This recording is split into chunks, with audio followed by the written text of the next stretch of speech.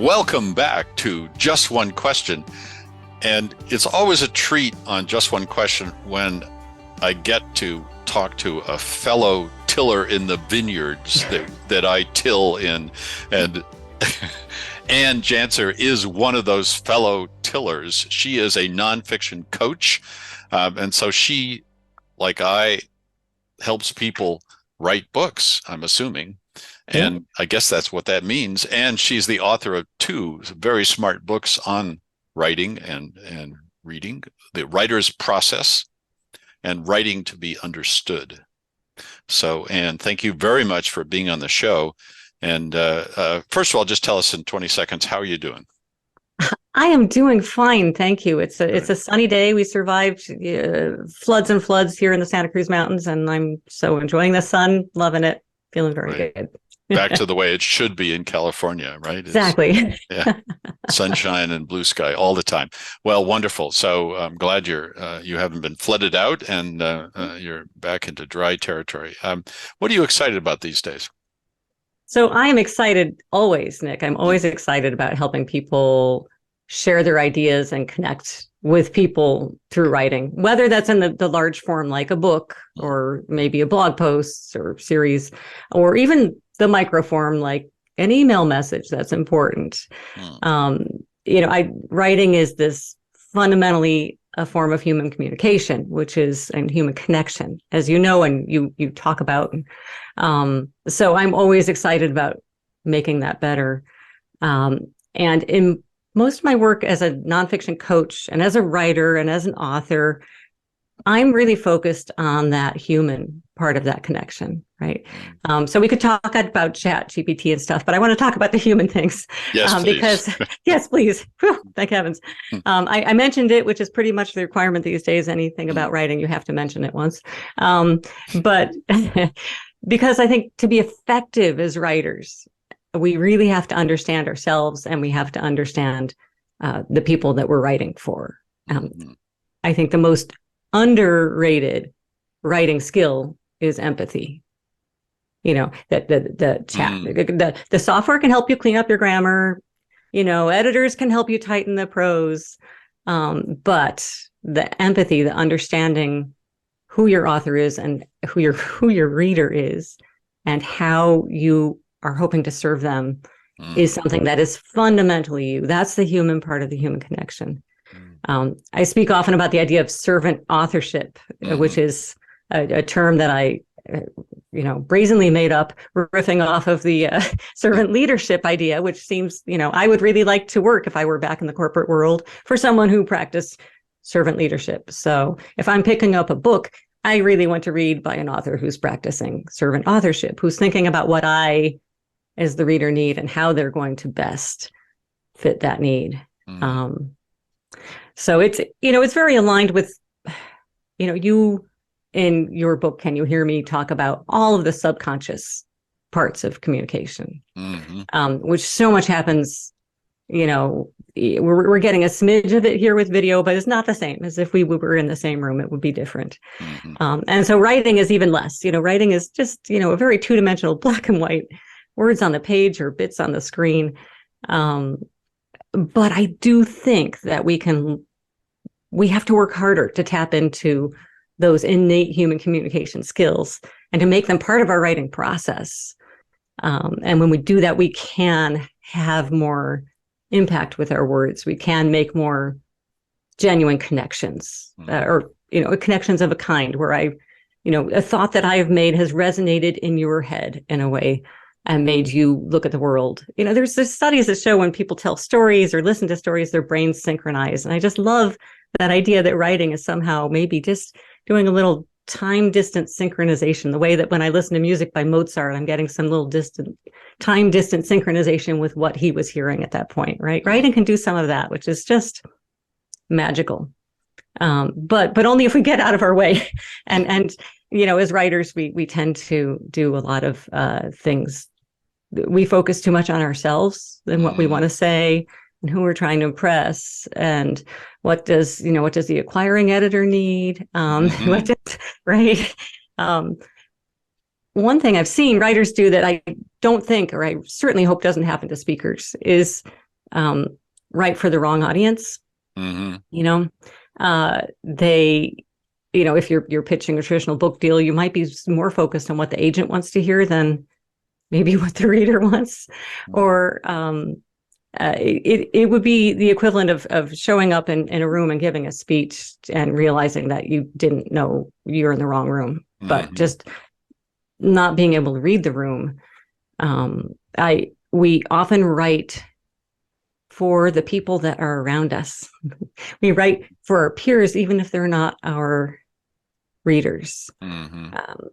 I worked with a woman once who was new to the HR profession, come from another field, might have been marketing.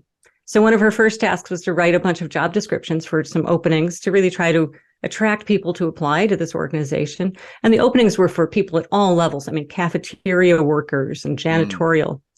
And she showed me what she'd written, and it was just filled with HR speak. And I thought, that's really interesting. So why did she do that? She did that because she's human. She's surrounded by these people. Language is one way that we show our sense of belonging to a group. She was new to the group, so she wanted everyone to know, look, I've mastered this terminology. I belong in one of you, right? She lost sight of who the audience was. She lost sight of that audience. So if you practice servant authorship, if you think, I'm applying for this job in the cafeteria, and maybe even English, if I struggled reading through this stuff, I'm guessing that the average person applying for the cafeteria worker job would share my struggle, and perhaps worse if English wasn't their first language or they weren't as proficient in it. So, servant authorship, anything you do, anything you sit down to write, think about who's sitting there in the audience. Try to picture them, try to think about who that is, and then see if you can tap into your sort of innate communication skills for how you might reach that person, adjusting your language, adjusting your approach, all of that based on that.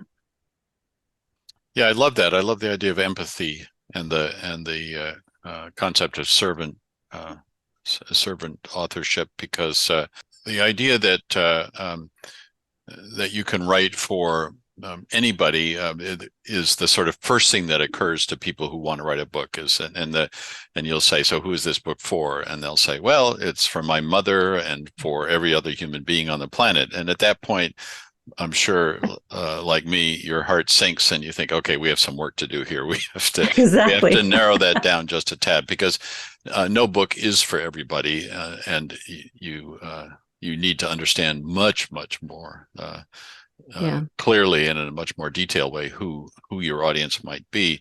So I can't resist one follow-up question, if that's all right. Absolutely. About if we're being empathetic and we're being in service to our readers, and those seem like good things, how have our readers changed in the last few years, and how worried do we need to be about things like information overload that we were talking about before I pressed record, and that kind of thing? Do we need to think about our reader as somebody fundamentally different? And I'll just add one more thing. One trend right now in the nonfiction world, as I'm sure you've seen as I have, is to write shorter books. 50,000 instead of 65,000 words, or even 40,000 words. And I'm fine with shorter books. I'm fine with longer books. But to me, the length shouldn't be the determining factor. The subject should determine the length or something. But is it the case that our readers are changing and we need to adapt? Or is that fundamental connection between writer and reader still the same? It is changing because the volume of stuff that we're being presented with is just so enormous. There was some research, I think it was 2012, it was published by some UC San Diego researchers that showed that the average American, and I believe this was outside of work, consumed the equivalent like 34 gig worth of content on a daily basis. Now that might be audio and video and text, but if you were to translate into words, that's 100,000 words a day being thrown at you. Okay. So now you're there, you're showing up and going, well, okay, but I want you to read my 50,000, right? Or 60,000, right? Okay. Right. So I think we do have to understand that people's filters are higher. They are choosing shorter forms of content. Mm-hmm. I mean, I think the average length of of best-selling books, of the bestsellers, has gone down. Mm-hmm. So they're choosing shorter. They're choosing also content that they can multitask, like audiobooks. So Mm-hmm. I can drive, or I can iron, or I can feed walk the dog while I'm Mm-hmm. listening. Mm-hmm. So this is a signal that people